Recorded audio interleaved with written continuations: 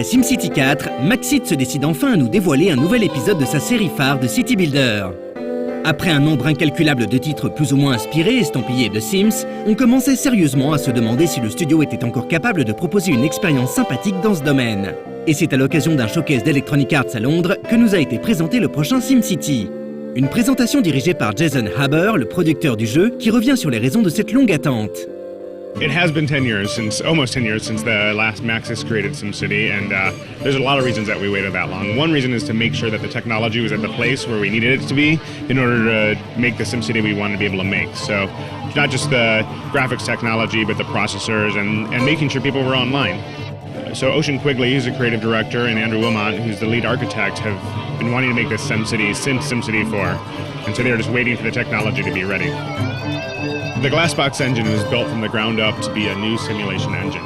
And what it does is actually simulates every little piece of the game and visualizes every piece. So everything that you see, we're actually simulating.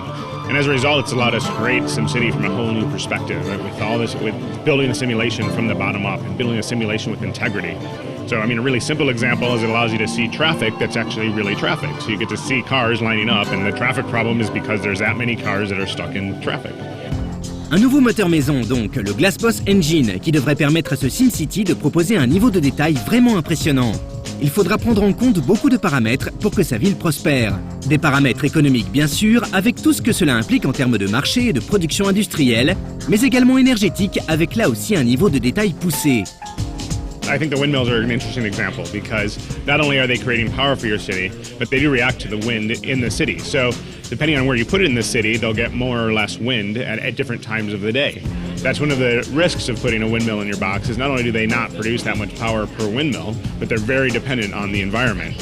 So if you put it in a bad location and the wind doesn't blow very often, you're not going to get a lot of power out of it. However, if you put it like on the top of a hill where there's tons of wind, you'll get a lot more power out of that windmill.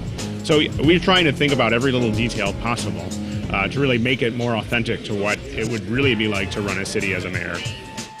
I think one of the biggest challenges right now is to figure out how to lay out the roads in your city. And I think that can be said for many SimCities, just to make sure the traffic flows in the most efficient way possible. And you can really feel it in this city, because once your traffic starts to back up, you really need to find a solution, or else nobody's going to be able to get anywhere. And that'll affect all the things that happen in your game. It'll have a rippling effect through workers not being able to get to power plants, won't be able to turn them on, and then you won't have power in your city, which will affect other things. So it's sort of one of the core systems that you need to really learn how to work with in the city. Maxis ne se contente pas de se pointer avec des mécanismes poussés et à première vue bien huilés. L'une des features principales de ce prochain SimCity sera effectivement la dimension online qui, pour le coup, aura une importance capitale. Les joueurs pourront ainsi se regrouper en régions et partageront ressources et influences. Par exemple, si l'un de vos voisins maires néglige sa ville et laisse la pollution prendre trop d'importance, cela se ressentira dans votre propre ville. Dans le même esprit, si vous produisez plus d'énergie que ce que votre ville consomme, vous pourrez la partager avec les voisins de votre région. D'autres interactions seront évidemment possibles, mais pour le moment, Maxis préfère garder quelques billes. Well, we'll be showing you a lot more about multiplayer at E3, but I can tell you that at a basic level, the way it works is that you'll be playing in a region with other cities in the region. And in those other cities, you can have friends or strangers playing in those cities, and you'll be able to trade goods and services with them, as well as see the influence of having those cities near you. So for example, in the demo today, we showed you that there was an arsonist that came out of one city, and out of somebody else's city, and drove into your city and started setting fires. So that's just an example of some of the characters that could appear based on what's happening in your city and could be sent between cities in a region.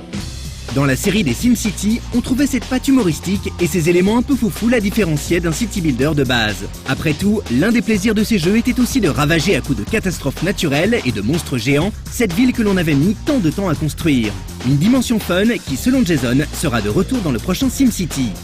Definitely. I mean, there's lots of examples in the game because it's one of Max's favorite things is to put that fun and humor into the game.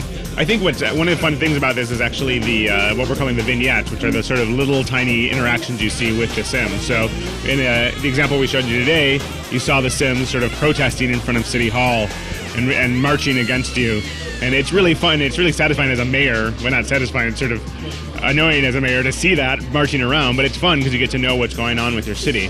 So I think actually the fact that the city itself gives you the feedback of what's going on in the game without having to bring up any like charts or graphs or data is really satisfying. So We showed you that moment of all the lights turning on and being able to see the city all lit up at night with the tilt shift. And seeing that shot is just so beautiful that it makes me really proud to be part of its game. So.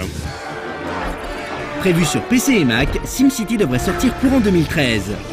En tout cas, après la démonstration plutôt convaincante à laquelle nous avons pu assister, on est plus que confiant quant à la puissance ludique de ce titre à venir.